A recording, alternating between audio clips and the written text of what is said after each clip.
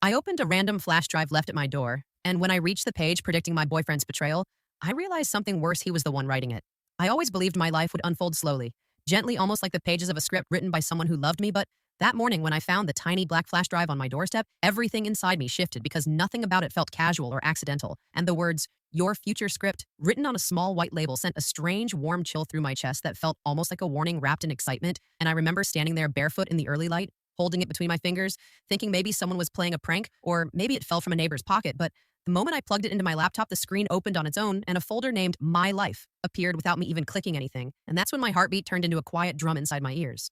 The first file was a document titled Scene 1, and I swear my breath caught because it described exactly what I had done that morning. The time I woke up, the coffee I spilled on my shirt, the neighbor's cat brushing against my legs, and the short message from my boss telling me to take the day off because the studio meeting got postponed, all written in a tone that felt eerily close to how I would describe myself, like someone had crawled into my head and borrowed my thoughts to write them down, and I sat there reading every line, feeling this strange weight in my chest, like the world had tilted slightly, and reality had stretched so thin I could almost see through it. Scene 2 predicted what would happen next, and I felt my lips part a little as I read, because it said I would stay home, skip my usual walk to the cafe, and instead spend the afternoon reworking the second act of my screenplay while humming a tune I hadn't hummed in years. And I felt an odd sensation because I hadn't decided any of those things yet, but when I stood up pacing the room, thinking about how bizarre this was, my phone buzzed with a notification, and it was from my friend Mia asking if I wanted to join her for lunch. And without thinking, I typed, "Maybe later, I'm staying in today," and when I hit send, my entire body stilled, because that was exactly what the script predicted. I tried to shake it off, telling myself it was coincidence, or maybe a weird stalkerish AI tool, but deep down something in me whispered, this is not random. So I opened Scene 3 expecting something trivial, and instead I found a detailed description of a call from my boyfriend Ethan later that evening, telling me he missed me and wanted to come over, and the script even mentioned how I would smile softly, touching the edge of my desk while agreeing to see him. And I remember whispering, how is this possible, under my breath, because the words felt like a future I hadn't lived yet, and yet somehow it already existed in this strange document sitting open on my laptop, like a prophecy wearing my memories as clothes. What would you do if you found a script predicting your life? I kept trying to pull myself away from the screen, but the script felt like a magnet tugging gently at my curiosity and fear at the same time. And even though a part of me whispered that this was something I shouldn't open any further, another part leaned closer, as if my future were glowing quietly between the words and calling my name. And the more I read, the more my mind drifted into that strange space where disbelief and wonder blend together, where you feel like you're drifting outside your own life, watching it from somewhere softer and quieter. The afternoon passed slowly, the sunlight moving across my living room like a slow burning spotlight, and every now and then, I caught myself glancing at the document again, as if expecting it to change or update on its own, and each time I checked it, the words stayed the same, clear, steady, almost too confident, as though whoever wrote it was certain I would follow every line without question, and that feeling unsettled me more than I wanted to admit, because I'd always considered myself unpredictable, even a little chaotic. But now it felt like someone had reached into the spinning, messy parts of my life and arranged them in perfect order. When evening approached, my phone lit up exactly the way Scene 3 predicted, and Ethan's name appeared on the screen, his voice soft, familiar, warm, as he told me he missed me and wanted to see me, and for a moment I closed my eyes because hearing his voice, after reading about him in a script, felt strangely surreal, like I was reciting someone else's lines without meaning to, and I said yes, just like the document said I would, even though a tiny knot formed in my stomach, whispering that this wasn't normal and that maybe I shouldn't let anyone come over until I understood what this flash drive really was. While waiting for him, I opened Scene 4 and felt my heart rise into my throat because it described our evening together in terrifying detail, the way he would walk in carrying my favorite chocolate croissants, the little smile he always used to calm me after long days, the soft kiss on my forehead, the exact moment I would laugh at a joke he'd tell about his boss, and even the part where we would sit on the couch talking about my newest screenplay idea and how he'd encourage me to take more risks and stop doubting myself and reading it, felt like someone had just written a memory before it even existed. And then came the last line of the scene, a line that made the back of my neck prickle because it said I would look at him a moment too long and sense something hidden behind his smile, something he would never admit, something that would eventually change everything. And I stared at that sentence, whispering, no, no, that can't be right, because Ethan had never given me a reason to doubt him. Not once. Not until that moment when the script told me to, do you believe fate can be written?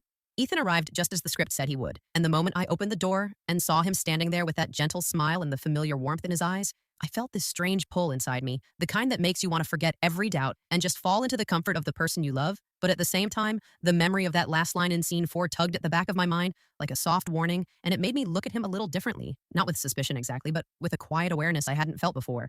He stepped inside holding the croissants and teasing me lightly about how I always looked at pastries, like they were the only real love of my life, and I laughed just like the script said I would. But as the sound left my mouth, I felt this odd sensation, like the laugh wasn't entirely mine, like I was performing a scene someone else had rehearsed for me and Ethan didn't notice. Of course, he just placed the bag on the table and wrapped his arms around me in that soft, familiar way that usually melted every stress in my body. But tonight it felt like I was paying attention to every detail, the way his fingers pressed gently at my back, the rhythm of his breathing, the way he seemed just a little too careful with me, as if he knew something I didn't. We sat on the couch talking about everything and nothing, and he encouraged me the way he always did, telling me I needed to trust my own talent more and stop hiding behind fear. And usually I love these moments. They felt safe, grounding, warm, but tonight there was a strange heaviness in the room, something unsaid floating between us like a shadow. People forget to mention, and every time he smiled, I kept thinking about the line in the script that said I would sense something hidden behind that very smile, something he would never admit. At one point, he reached out, touching my cheek, gently brushing away a loose strand of hair, and I felt this wave of tenderness that made me want to bury every doubt and just hold on to him tighter. But right behind it came that whisper again, the one that kept saying, something is wrong, something is off, something in his eyes doesn't match the softness in his voice, and I found myself studying him in a way I never had. Noticing small things I'd overlooked before, like how he seemed slightly distracted between sentences or how his phone screen lit up several times, but he didn't check it even once, which was unlike him because Ethan always checked messages immediately, no matter how mundane. When he finally leaned back, relaxing into the cushions, I watched him quietly, and for the first time in our relationship, I wondered if there were parts of him I didn't know. At all parts, he had kept so carefully hidden that even I couldn't see the outline until a mysterious script pointed toward the shadows I wasn't meant to notice. Have you ever felt someone was hiding something from you? After Ethan left that night, I sat alone on the couch surrounded by the soft echo of our conversations, and even though everything looked exactly the way it usually did, something inside me felt shifted, tilted almost like the floor beneath my life had moved an inch without warning, and I couldn't stop thinking about the script lying open on my laptop, glowing faintly in the dim room, like a quiet invitation, or maybe a trap waiting to be stepped into. And the more I stared at it, the more the uneasiness in my chest began to grow slowly, steadily like a tide, refusing to pull back. I told myself I shouldn't open the next scene because that was the moment everything would cross a line. I couldn't reverse, but curiosity and fear blended into a single heavy pull, and eventually my hands moved on their own, clicking the next file and the screen lit up with the title Scene 5, and for a moment I simply stared at the words, feeling the air thicken around me as though the room itself knew something I didn't. Scene 5 described my morning.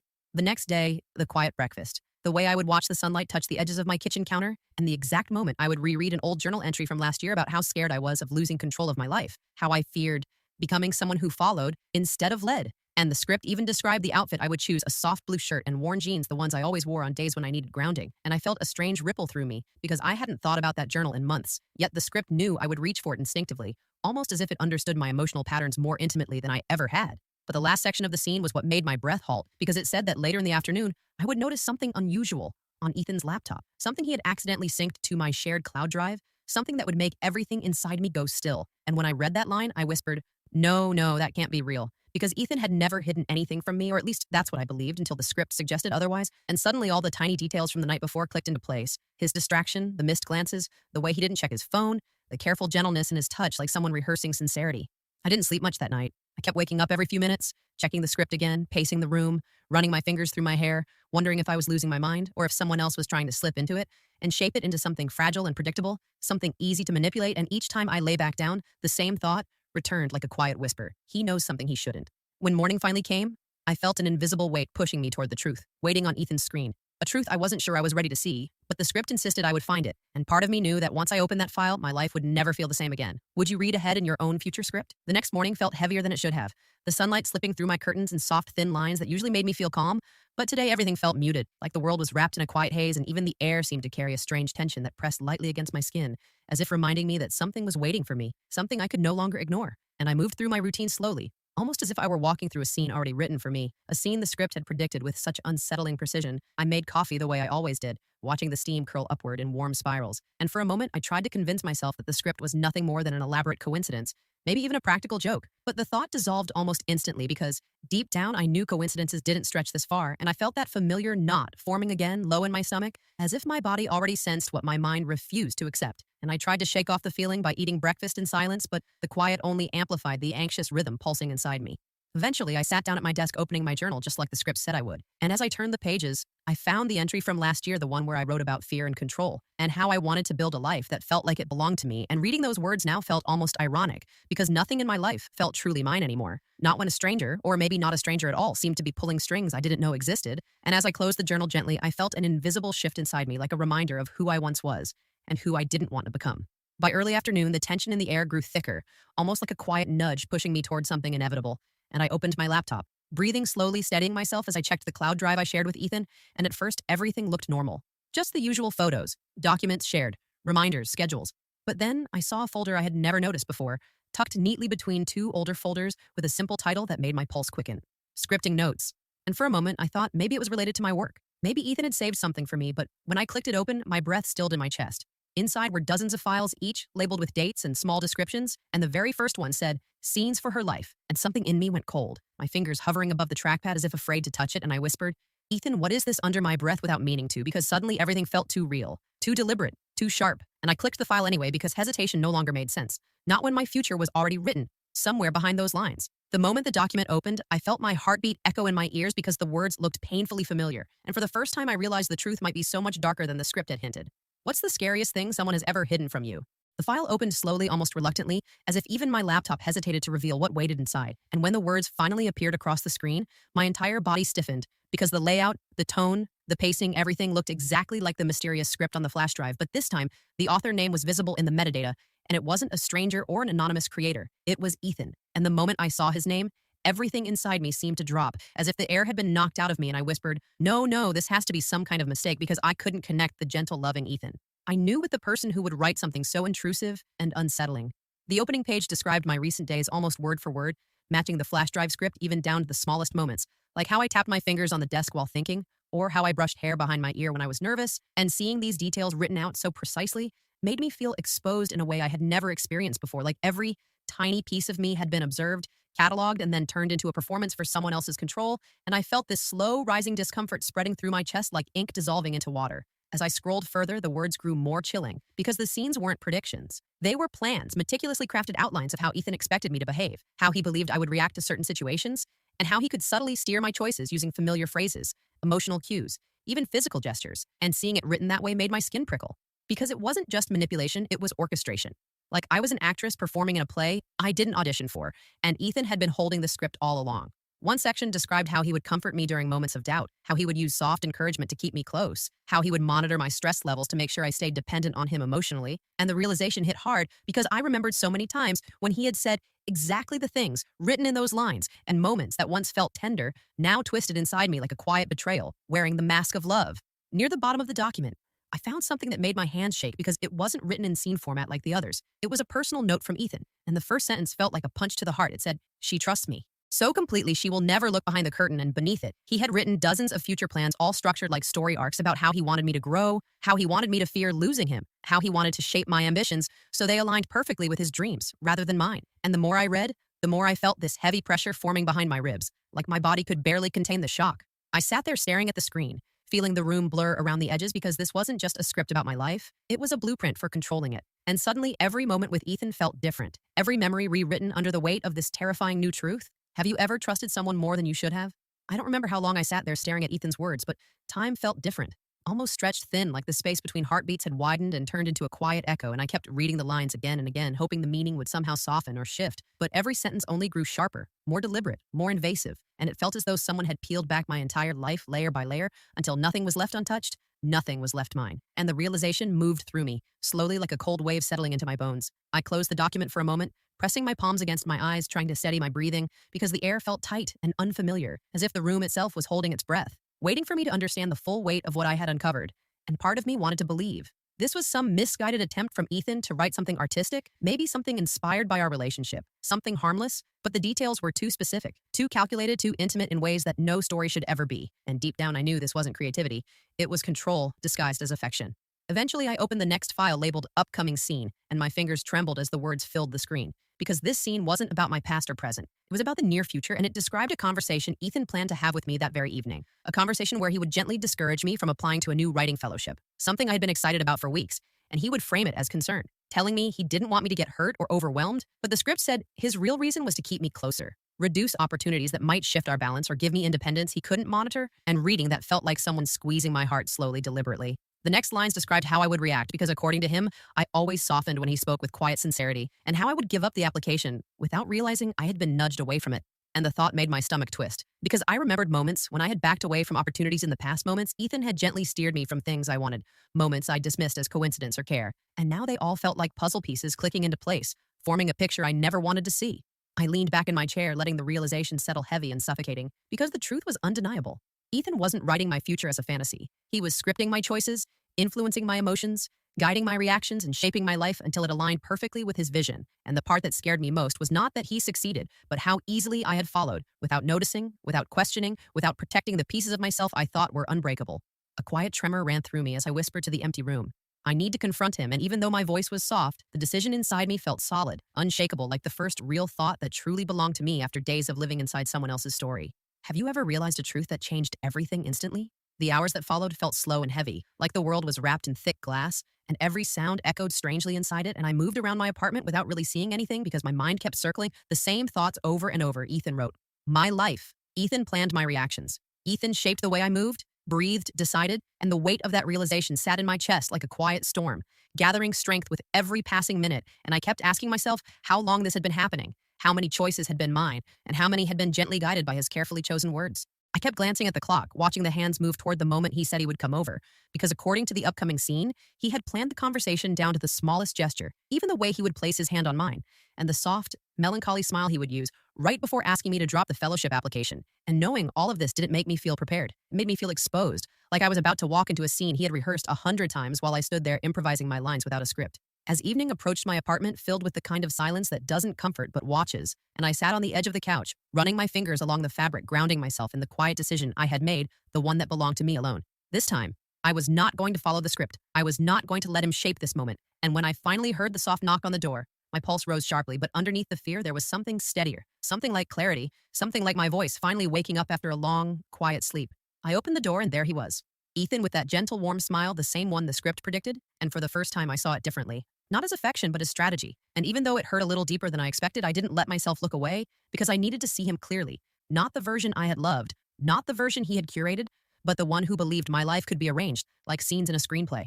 He stepped inside, saying my name in that soft, familiar way, and I felt the words catch somewhere inside me because every tone, every gesture felt rehearsed, and I watched him place his bag down, watched him sit beside me, watched him reach for my hand, exactly the way the script described, and something inside me steadied fully as if this moment had been waiting for me for far longer than I realized. Before he could begin the careful conversation he had planned, I spoke first, my voice calm, steady, almost shockingly clear, and I said, "Ethan, I found your files," and his entire expression froze, slowly shifting from confusion to something deeper, something like fear or anger, or maybe recognition. And for a moment, we just stared at each other, both of us understanding this was the moment where everything split into before and after. And for the first time since this began, I felt like the scene belonged to me. Would you confront someone directly if you discovered they were controlling your life? I sat there frozen while the city lights spilled through my window like liquid gold. And for a long moment, I couldn't hear anything except the soft tremble of my own breath because the new pages felt heavier than paper, like they were decisions carved into the path of my life. And every word seemed to pull my pulse in different directions, as if my future was whispering one thing, while my heart whispered another. And I kept thinking about the line that shook me the most, where it said, I would try to break free, and Lucas would pull me back with a scene that felt too much like a trap. And because of that, I couldn't sit still. So I grabbed the flash drive and the script and marched toward his apartment with a kind of quiet determination that settled into my bones like a slow burning fire. When he opened the door, he looked surprised but not confused. And that scared me more than anything, because he almost looked like he was expecting me. Yet he tried to mask it with that soft smile he always used whenever he didn't want me to notice something. So I stepped inside and kept the pages close to my chest like a shield, and he asked if everything was okay. But his voice had a tremor in it, not fear but impatience, like he wanted the scene to unfold exactly the way he wrote it, and that thought twisted my stomach. So I told him I knew he was behind the script, and for a moment the whole room seemed to hold its breath. He didn't deny it. He didn't even look shocked. Instead, he walked slowly toward me and said he only wrote what he thought would help, that he only predicted things I would go through so I could avoid the pain and make the right choices. But he didn't understand that knowing your future wasn't a gift if someone else was holding the pen, and every step you took was already arranged like you were acting in a play you didn't audition for. So I told him I wanted my life back and I wanted him out of the story, and he stared at me with that look like he could rewrite the moment if he concentrated hard enough. Then something shifted in him. His confidence cracked like thin glass, and he said the script wasn't finished yet, that the ending wasn't written. And that meant there was still a chance for us. And his eyes flicked toward my bag as if he wanted to grab the pages and force the moment to follow the timeline he had created. But I stepped back and he froze because he finally realized I wasn't there to follow the script. I was there to break it. He whispered that I would regret it, because the script was the only thing protecting me from all the bad choices I might make. But I told him living without mistakes wasn't living at all, and when I turned toward the door, he didn't try to stop me. Maybe because he knew this wasn't a scene he could control. Maybe because for the first time, I wasn't the girl reading his lines, I was writing my own. When I stepped outside, the night felt alive again, and for the first time in weeks, the air tasted like freedom, not prediction. Do you think Lucas genuinely believed he was helping her, or was it all about control? The air outside Lucas's apartment wrapped around me like a quiet reminder that the world was bigger than any script, and as I walked home, the streetlights blurred softly like they were applauding every step I took away from him, and every part of me felt both weightless and trembling, because choosing your own future is strangely heavier than having one handed to you. But I kept moving because something inside me finally understood that uncertainty wasn't the enemy. It was the truth. And for the first time, I didn't want to escape it. When I reached my apartment, I placed the flash drive on my desk without plugging it in, and I stared at it for a long moment with the kind of calm you only earn after walking through fire and surviving. And I realized I wasn't afraid of what it held anymore because the script didn't define me. It only reflected what someone else tried to shape around me, so I opened my laptop. Not to read the future, but to write my own. I created a new document with a blank white screen stretching like a horizon, and the emptiness felt beautiful instead of threatening. I told myself I would write my story the way I lived it. Messy, uncertain, full of choices that were mine, even if they broke me or built me in ways I didn't expect because life wasn't meant to be mapped out. Scene by scene, it was meant to surprise you and challenge you and sometimes disappoint you, but always move forward with a heartbeat that was uniquely yours. Still, the flash drive sat there like an unanswered question, and I finally picked it up. Not with fear, but with finality. I didn't want to keep a future someone else imagined for me. So I walked to the little park behind my building where the night was quiet and the pond reflected the stars in a trembling, rippled way that looked like a sky learning to breathe underwater.